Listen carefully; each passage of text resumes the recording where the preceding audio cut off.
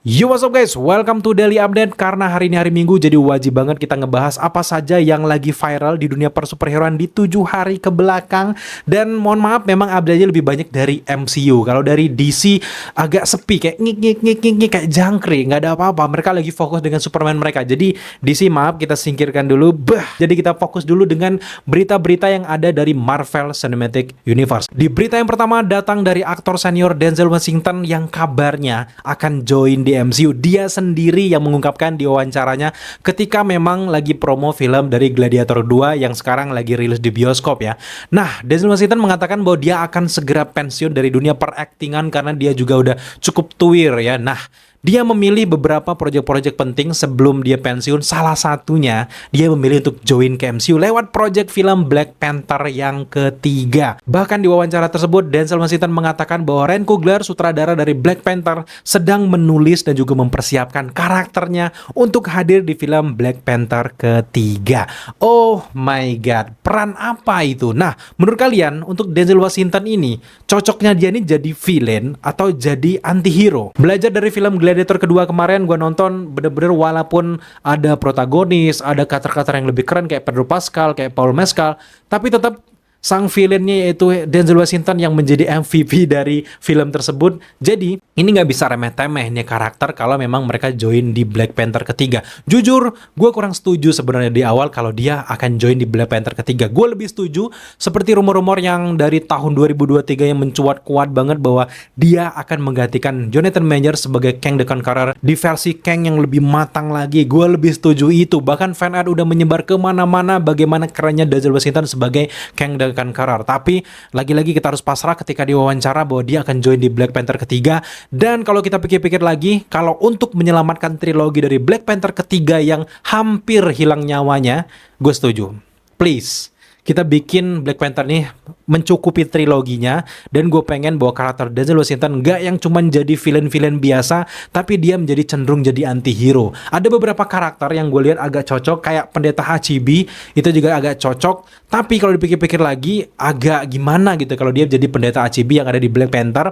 Nah, baru-baru ini juga gue mendapatkan kabar, beberapa rumor yang mengatakan kalau karakter Denzel Washington ini sepenuhnya akan dibuat karakter original dari Marvel Cinematic Universe yang nggak ada di dalam komiknya. Kalau kayak gitu beritanya, gue lebih setuju karena memang biar kita nggak menerka-nerka gitu. Jadi dia datang, entah itu dia keponakannya T'Challa, entah gimana, yang jelas dia akan setidaknya mengisi ruang kosong ketika ditinggalnya sang aktor, sang mendiang, dan menggantikan setidaknya porsi tahta dari Black Panther ini. Karena memang Shuri kan kita tahu sendiri, mungkin dia lagi berkelana, lagi mencari jati diri, dia nggak cocok dari Black Panther utama gitu ya. Gue lebih senang bahwa ada Black Panther versi yang lebih matang lagi yang menduduki ini, karena Shuri masih cenderung kayak anak-anak gitu, belum cocok dia untuk memimpin Wakanda yang sebesar itu. Nah, menurut kalian untuk Denzel Washington ini join di Black Panther ketiga, dia lebih cocok dari anti-hero, villain, atau jadi hero?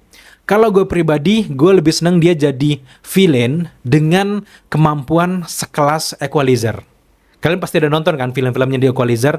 Gue pengennya dia tuh nggak yang jadi kayak lebih ke kayak kerajaan-kerajaan, nggak mau. Gue lebih seneng dia tuh lebih teknologi, mainin tembak, mainin teknologi kecanggihan, lawan sama Shuri.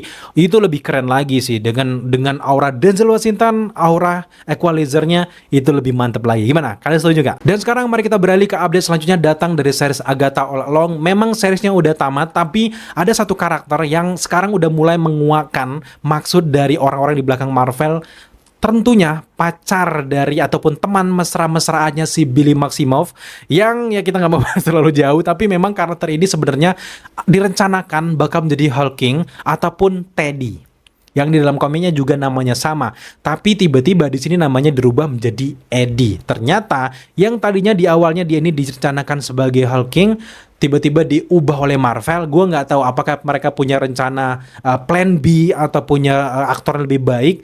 Aktor yang memerankan Eddie di sini adalah Jack Shriver. Memang gue setuju, karakter Jack Shriver ini nggak terlalu cocok untuk karakter Hulking yang ada di versi komiknya, karena kalau di komik dia lebih kekar, lebih manly, nggak yang jadi kayak versi ceweknya gitu, nggak. Tapi gue lebih seneng bahwa Hulking itu harus lebih bulking dan gede kayak gitu. Nah, salah satu karakter yang cocok untuk memerankannya adalah Kit Connor. Dan bahkan Marvel juga mengatakan bahwa dia sangat berminat dengan aktor Kit Connor memerankan Hulk King. Kalau kalian lebih setuju yang mana? Oh ya, buat teman-teman yang nggak kenal siapa Bang Hulk King itu siapa? Jadi Hulk King itu adalah bangsa alien dari Skrull yang juga udah muncul banyak banget di MCU. Nah, di bumi ini dia menyamar sebagai manusia seperti bangsa-bangsa Skrull kebanyakan. Nama aslinya itu adalah Dorek 8, tapi versi manusianya namanya adalah Tidore Teddy Altman yang sering dipanggil dengan Teddy. Jadi, kalau tiba-tiba Marvel mengubah yang tadinya karakter Jack ini akan menjadi Teddy di versi Agatha All Along tiba-tiba berubah, itu pasti kemungkinan besar Kit Connor kayaknya sanggup untuk memerankan Hulk King di MCU. Di update yang paling penting adalah 3 Spider-Man kabarnya akan bertemu lagi di Avengers Secret Wars. Ada Spider-Man Andrew Garfield, ada Spider-Man Tobey Maguire, ada Spider-Man dari Tom Holland. Tapi sayangnya, berdasarkan sumber yang kita dapatkan dari akun Twitter My Time to Shine Hello yang selalu ngasih rumor-rumor yang kebanyakan 70% benar gitu ya. Dia mengatakan bahwa ketiga Spider-Man ini nggak akan team up, tapi mereka justru akan berlawanan dengan keadaan yang terpaksa. Kalau memang rumor ini beneran terjadi, artinya mereka langsung mengcopy cerita yang ada di dalam komiknya. Apakah mereka langsung mengcopy plak ketiplak? Itu jarang banget ya. Anggaplah mereka sedikit memodifikasi, tapi alur cerita ujungnya itu tetap sama kayak seperti dalam komiknya. Sekarang gue punya teori-teori yang menarik gitu, dimana memang di dalam komiknya diceritakan bahwa entitas yang bernama Beyonder menciptakan Battle World. Ditariklah semua superhero dan juga para penjahat untuk dibuat ajang pertarungan ketika penjahat melawan si para superhero.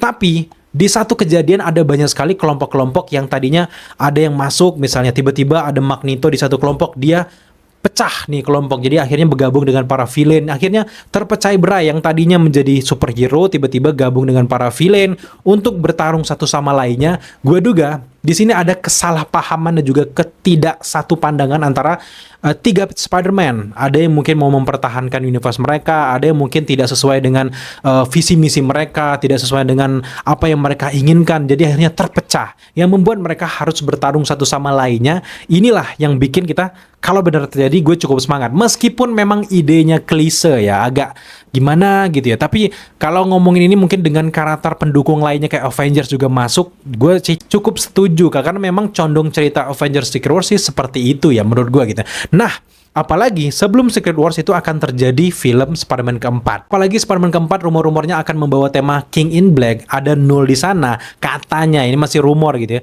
Gue duga jangan-jangan nanti di Avengers Secret Wars Tom Holland akan bersama dengan Symbiote Venom. Tom Holland ini akan diselubungi dengan Black Suit dari Symbiote Venom dan akan bertarung melawan Andrew Garfield, dan Tom Holland ini akan melawan Peter Parker dari Andrew Garfield dan juga Tobey Maguire. Karena memang Tobey Maguire berpandangan bahwa orang yang memakai Black Suit Symbiote Venom ini akan terpengaruh dan akan menjadi jahat yang membuat mereka nanti akan bertarung. Di sinilah yang makin kerennya antara Peter Parker Tom Holland dengan Symbiote Venom melawan Peter Parker dari Andrew Garfield dan juga Tobey Maguire. Itu akan pecah sepecah-pecahnya. Nah, ngomongin Spider-Man, kita beralih ke update yang terakhir, datang juga dari Spider-Verse ataupun dari Spider-Man dari Miles Morales, di mana Kevin Feige di D23 Brazil kemarin sempat mengatakan bahwa setelah trilogi dari Spider-Verse, nah ini kan sedang digarap ya trilogi dari Miles Morales ini, kalau sudah selesai trilogi film tersebut, maka ia berharap karakter Miles Morales versi live action akan segera hadir di MCU. Nah, dengan kabar yang lagi heboh-hebohnya ini, tiba-tiba Renzi Felix yang memerankan karakter Victor di series The Penguin mengatakan bahwa dia ingin memerankan Miles Morales di MCU. Wow, apakah kalian setuju? Karena memang di beberapa wawancara si Renzi Felix ini mengatakan bahwa dia sedang menonton Into the Spider-Verse di Miles Morales versi Spider-Verse dengan temannya, dan lagi pertarungan tersebut teman itu langsung ngelihat dia gitu, ngelihat, man, ini mukanya bener-bener lu banget. Jadi gue bener-bener berharap lu sih, Miles Morales live action itu lu. Segera deh minta sama MC untuk lu direkrut gitu. Nah, bagaimana pendapat kalian? Kalau kita lihat dari segi acting, Victor di The Penguin itu keren banget. Aktingnya benar-benar keren. Tapi memang nanti ketika dia beralih ke MCU, tentu dia harus lebih ceria dibandingkan yang dark di versi The Penguin. Apakah bisa? Gue rasa bisa. Kalau dari muka cukup cocok. Tapi kayaknya ada beberapa karakter lain yang lebih cocok ya dari segi muka, dan harus kayaknya yang lebih fresh dan lebih muda ya menurut gue. Tapi kalau memang Marvel memilih si Renzi Felix sebagai pemeran Victor ini sebagai Miles Morales, gue sih nggak ada masalah ya. Tapi memang harus ada kandidat-kandidat dulu lah. Nah, kalau kalian, apakah kalian setuju si Renzi Felix sebagai Victor ini memerankan Miles Morales di MCU? Silakan tambahkan pendapat kalian di kolom komentar di bawah. Tapi yang jelas adalah memang di sini tanda-tanda bumbu-bumbu kehadiran dari Miles Morales itu akan segera muncul di MCU itu benar terjadi. Tapi pertanyaannya, kok munculnya di MCU? Kenapa nggak di Sony Spider-Man Universe? Apakah takut flop kayak gitu? Tapi memang kekurangan dari Sony adalah di sini Kevin Feige masih membutuhkan banyak karakter Spider-Man utama untuk melengkapi franchise ataupun dunia dari Marvel Cinematic Universe ini. Jadi intinya adalah selama Kevin Feige masih mengambil karakter-karakter penting dari Sony Spider-Man Universe seperti Peter Parker versi Tom Holland ataupun Miles Morales versi yang lainnya nanti, maka kita nggak akan bisa berharap lebih dengan project-project yang embel-embelnya adalah dari Sony Spider-Man Universe yang ada di Sony. Mereka cenderung hanya menyetorkan syarat agar lisensi dari Spider-Man itu nggak diambil oleh Marvel aja per tahun, per 5 tahunnya. Jadi ya mereka akan selalu terjebak ke flopan mereka sendiri, jadi flop universe aja gitu. Tapi gue kembalikan lagi ke kalian, bagaimana pendapat kalian dengan fenomena dari Sony Spider-Man Universe ini, fenomena beberapa update tadi, dari Zona Sintan, kemudian juga Victor pengen memerankan Miles Morales. Silahkan tambahkan pendapat kalian di kolom komentar di bawah, atau kalian punya teori menarik terkait dengan 3 Spider-Man tadi, jangan segan-segan tambahkan di kolom komentar di bawah. Dan ya, thank you buat teman-teman udah menyaksikan daily update kita minggu ini. Kalau kalian belum subscribe, jangan lupa dukung kita dengan cara subscribe, like, comment, dan share, serta jangan lupa juga untuk nyalakan notifikasi agar kalian mengetahui apabila kita mengupload video setiap harinya. Thank you guys.